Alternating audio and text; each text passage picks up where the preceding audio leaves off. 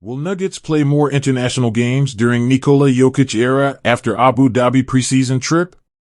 Abu Dhabi, United Arab Emirates, 6 hours before a frustrated Michael Malone boarded the team plane to stew over Denver's sloppy preseason performance for the next 17 hours of flight time. A calmer Malone reflected on the sum of his experiences traveling internationally for NBA games. And more pertinently, he pondered whether his 2024 experience would leave him open to the idea of the Nuggets scheduling more international games in the future. For me, being around the league as long as I have been, I enjoy these trips in the preseason, Malone told the Denver Post and Altitude Sports. We went to London a few years ago. That's a regular season game. That's a little bit different. Obviously, it was a good game for us. Denver defeated Indiana in 2017.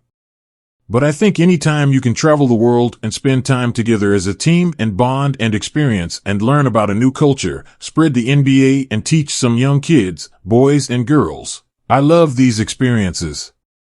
I really do. It's been a lot. I think guys are tired because you get pulled in a lot of different directions. But we have plenty of days to get rest when we get back to Denver before our next preseason game. And I think hopefully everybody else feels like I do, that this was a productive and positive trip. This is a particularly fascinating snapshot in time for the Nuggets.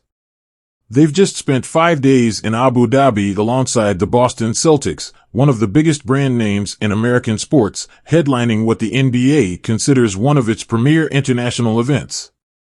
In addition to their status as championship contenders, their roster has adopted an increasingly global profile this offseason.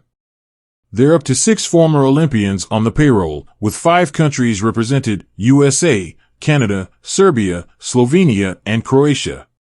And then there's Nikola Jokic, obviously, basketball royalty from a basketball country.